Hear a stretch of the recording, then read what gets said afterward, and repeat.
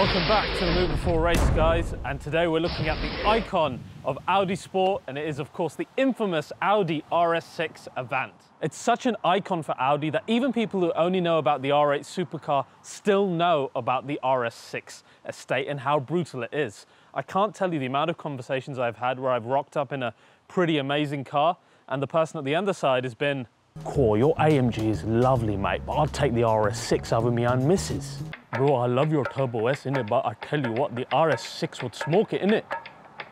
So even though I've never had this car on my channel, it's been a never-ending battle for me to try and justify why this isn't better than everything else I've driven. So today, why the hell don't we find out? And we're going to do that, of course, in the old RBR style, checking out the full history of this vehicle leading up to now, seeing what the underpinnings are and how they've changed, and then answering some questions on the drive. Namely, undoubtedly, this is the most brutal looking Estate out there, but can it match the brutal rivals from AMG and M, and indeed a rival from its own family in the brilliant RS4? So today, let's see if the RS6 lives up to the hype.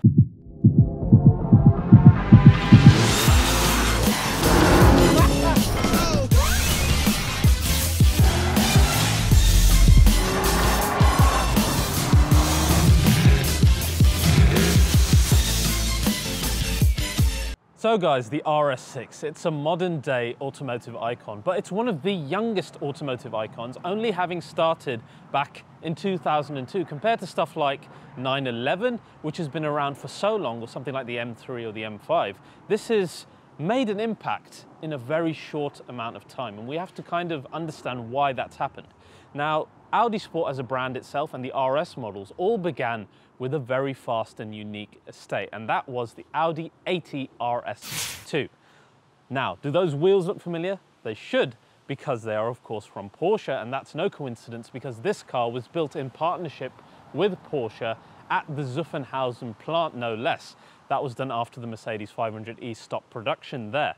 Now, Porsche took what was Audi's most powerful 5-cylinder engine at that time and tuned it to produce even more power. We had brakes from Porsche, we had sport suspension, and you will see the car littered with Porsche badges hidden here and there as well. And this car was so quick for its time that it was recorded by UK mag Autocar as having done 0 to 30 miles per hour quicker than a McLaren F1.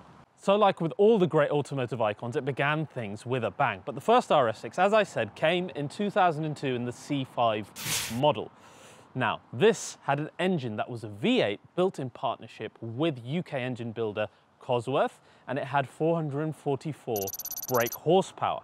So it was quite an impressive and unique thing, but much more of a wolf in sheep's clothing compared to our car today with the very sleeper looks. There was also a sedan and then later a plus version.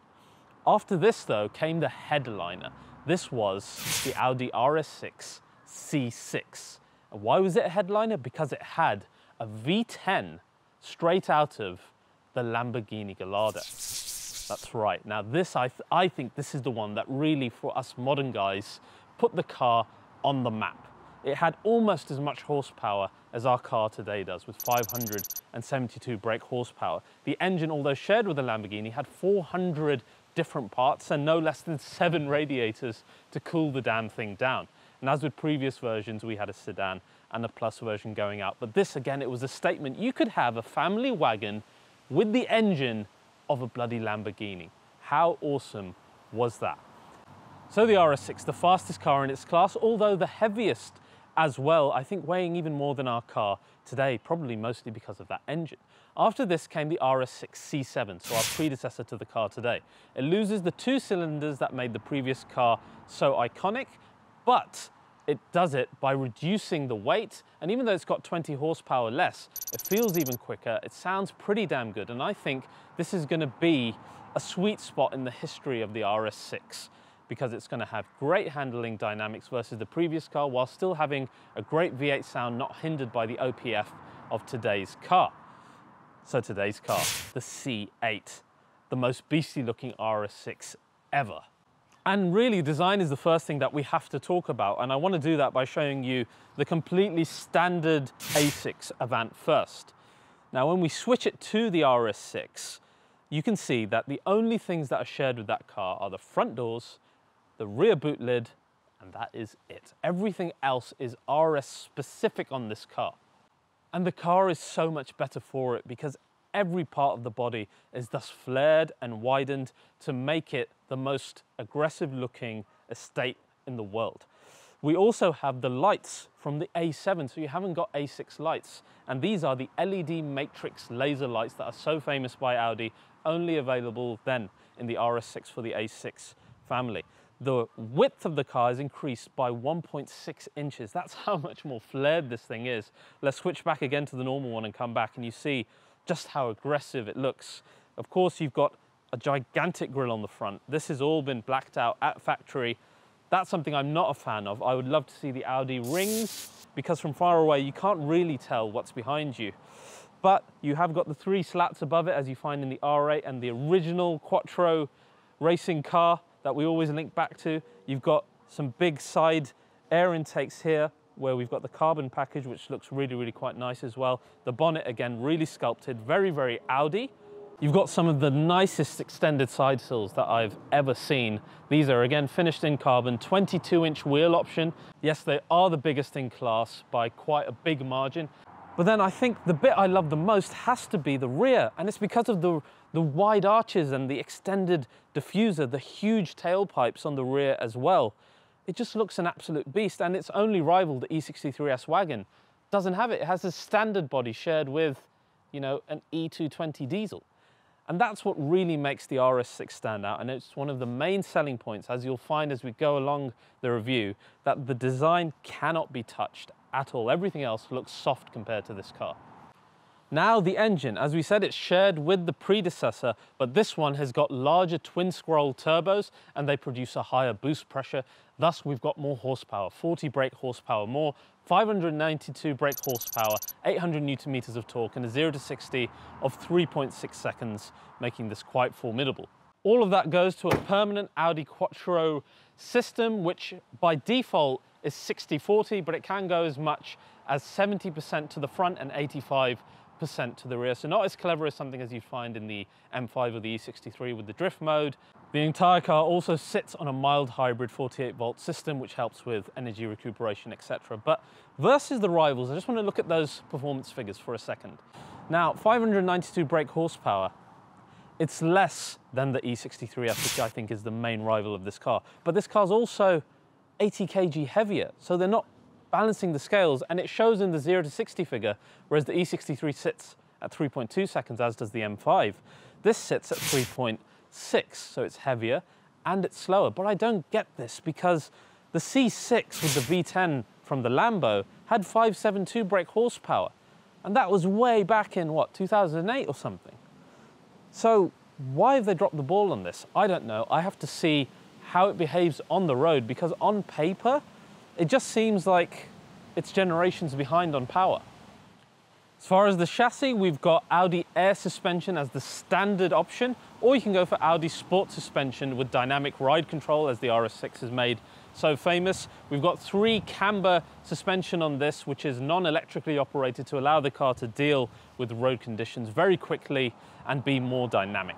And one thing that this has as an option that the rivals simply do not is rear wheel steering, so it's not on the E63 or the M5, so that's a cool option to have as well.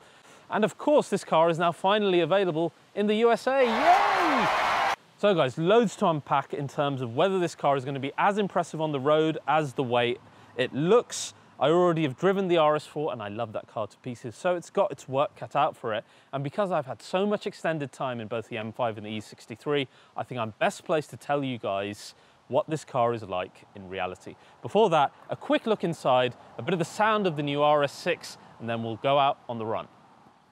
So guys, the interior of the RS6, just like the outside, is something that's a standout feature for me, because the design is something that is very uniquely Audi, and it's really well executed, and the materials and the build quality, like the lack of squeaking versus something like the E-Class, is really, really high. One thing I don't really like though is, wait for it,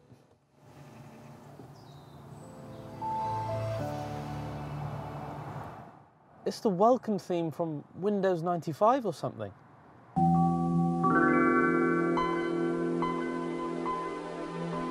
Now, I appreciate only you 90s kids would understand that, but what the heck is that all about?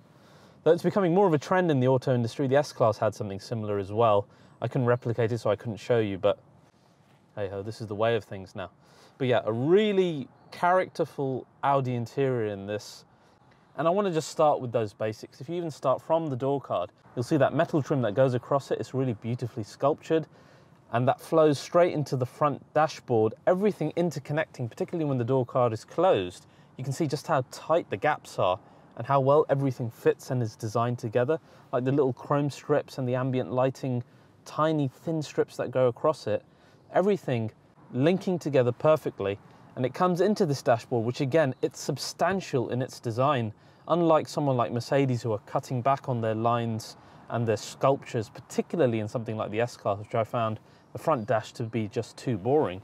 On this, you've got a really significant piece here. You've got ambient lighting within the Quattro logo, which I absolutely love. Again, a thin ambient lighting strip within your center console, etc. Then you've got your trim above here, which is uncommon, but it's nice. And your dashboard, although it is substantial, it's actually knocked back, so you actually don't lose vision at all. It doesn't feel like you're being overpowered by it. The other thing I like is that the vent structure hasn't got the straight horizontal lines like in the RS4, where it all seems like one gigantic vent. Instead, it's separated, and I think it's better for it. One thing that so many people know about the Audis and love about the interiors, even the layman, is if you've got Bang & Olufsen, how the speakers then rise to occasion. And it's a cool little thing that I like within this. Of course, the seats are brilliant, typical RS seats, really comfortable, and that plays into this car's main character of being a really fast and great GT that we'll get onto later. You've got loads and loads of room in the rear. Again, very, very comfortable alongside the great suspension that this car has, and absolute shed loads of space in the rear, as much as any SUV I've ever seen. Guys, you need to stop buying these big roly-poly useless SUVs. America, I'm talking to you, buy a proper fast wagon. You will thank me for it later. And you've got to support these manufacturers who are bringing these type of cars that you haven't had in the US before. Now, of course, Mmi System, we've got two big touch screens here. And as I keep repeating, particularly on Instagram, this is going to be the way of the future. The S-Class got a lot of stick for having a Tesla-like screen, whereas the application of the UI inside was completely different to Tesla. Again, Audi have essentially the same thing here, but with two separate screens. This is the way that most manufacturers, I think, are going to go. Like Mercedes, unfortunately, there's no physical toggle to control the screen, so everything is touchscreen. I'm not a fan of that, but the UI is well made in the sense that I can find everything I want very quickly. For example, we go into Audi Drive Select. It's got exactly what you expect. It's got Drive Select, it's got RS modes 1 and 2 that you can configure in there yourself. You go into RS Monitor, it is, again, what you expect. It's the G values and the other bits to do with driving dynamics. I want to find ambient lighting, simply go into Light and Vision, and I can change the background lighting. So everything is done in a very user-centric way. Your second screen at the bottom, again, it's easy to use. You can actually use swiping gestures, like I am on the temperature here. You can bring in shortcuts like your favorite radio station. A pretty unique application in Audi, and the way that they've designed the UI in it suits the rest of the interior as well. Now, one thing that I think lets that down is the fact that you only have two designs in Audi's virtual cockpit. I think they need to expand that now. Yes, you get two views within those two designs, but they need to keep up with people like Mercedes who have taken it to the next level when you have so much choice in those cars. I want to see more choice that's Audi Sport-like design within the driver zone, because the steering wheel is brilliant. It's nice and thin. The RS steering wheel is one of the best on the market. Shout out to the actual shift paddles, which are proper metal now, unlike the horrible plastic things in the R8. This whole experience here is fantastic. It's really, really driver-centric, and it really works. And again, it's a standout feature of this car that makes me love driving it as a driver. So the interior quality, nothing but the Panamera is going to match it. But now let's listen to the sound, which sadly you'll find a tad disappointing.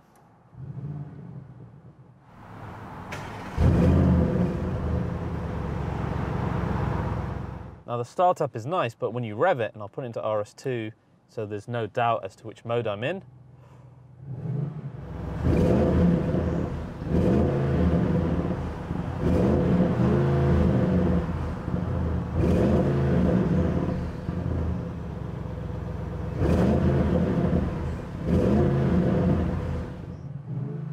It's got a soft limiter right above 3,000 revs, which doesn't allow you to get any sound. So really, we have to drive it and see what it sounds like when we're driving it in anger, in RS2 mode. Let's go and do that now. So guys, driving the icon that is the brand new RS6. It's just as fast as you think it is. I'm in RS1 mode at the moment. The gearbox is in S as well, so we're on full attack power. And as you can imagine, it is an absolute monster on the straights. We've got rear wheel steer as well, and we're taking this corner at 100 miles per hour and the car's just not sweating it. Again, on our closed track here, 80 miles per hour, put your foot down, bounds and bounds of power available. I often discuss how all these cars, they have too much power almost. Of course, some of it is to negate the weight aspect, but having 600 brake horsepower in a daily car is really ridiculous, and you can't use a lot of it on the road. Which is why my argument about this car not having as much as its competitors, or not having the incremental increase versus the old RS6, doesn't really hold as much water, because I'm kind of contradicting myself. And really, when you're driving it fast, you do not at any stage feel that you need more power.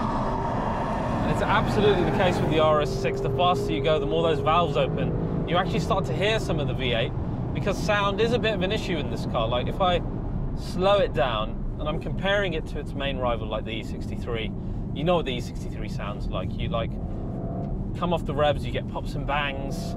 The V8 rev itself is quite deep and heavy. Whereas this V8, in practice, sounds a lot more similar to the RS4 6-cylinder. And what I'm basically trying to say is you're not hearing enough of the V8. There's downshifting all the way to red line. There's nothing there. As you begin to get faster, you hear at least more of the revs. You get a bit of a fart at the end of the red range as well.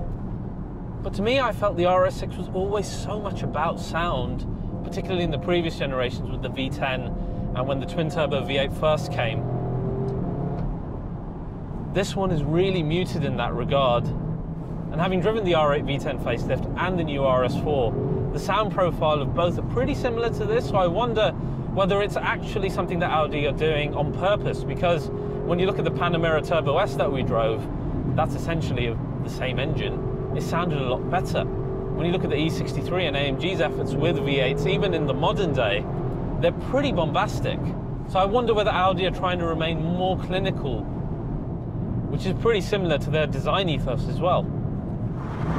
But yeah, speed, it's got bounds and bounds of it. Forget the fact that it hasn't got as much horsepower as the others. In real world driving, you're never ever going to notice. Now, in terms of handling, that steering feel that we were discussing, it kind of translates into your tiny movements in and out of a corner as well, which is essentially what we call numbness. The steering feels quite light, and you can't really tell the little movements that you're trying to pick up as a driver, particularly going into a corner. I think is troublesome. That being said, it definitely sharpens up a whole lot more when you're in the RS mode.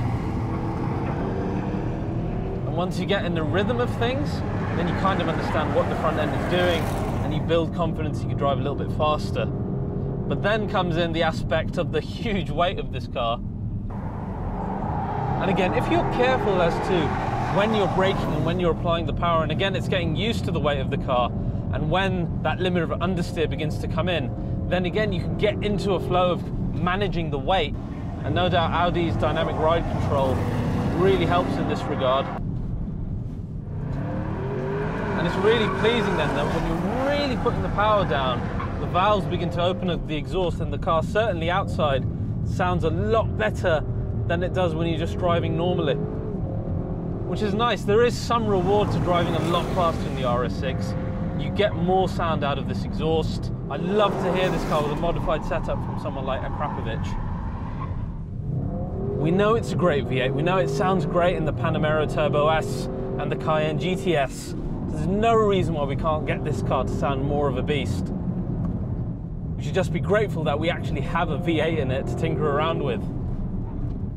For my American viewership, I must note that with regards to the sound, you're not going to have the issues that we do in the EU, because our ECUs and exhaust systems are set up in a different way for our regulations. So like with most American cars, it's way more likely that your car's going to sound a damn sight better than ours. The rear wheel steer, I like it in these longer and bigger cars because they really need it to kind of make the car seem smaller in corners. And I must say, particularly with regards to a car like the RS6, where the steering feel is a little bit numbed, that rear wheel steer helps kind of even things out for me. I know it's not for a lot of people, but I'm definitely an advocate of it in these much larger cars. So handling is a mixed bag. Definitely I would say the E63 and the M5 are better handling cars than this. And of course the Panamera Turbo really proving itself recently in its facelift. But I think where this car surprisingly evens things out a little bit is how good it is as a daily driver. Despite being on 22-inch wheels, it's a really comfortable car. I'm going to knock it back now for a second into automatic mode. And the suspension that Audi have here is just really well equipped at dealing with bumps. And what it does, it turns this car into something that's supremely capable in crunching miles in a more comfortable way than its other rivals will. The GT ability of this car has really surprised me.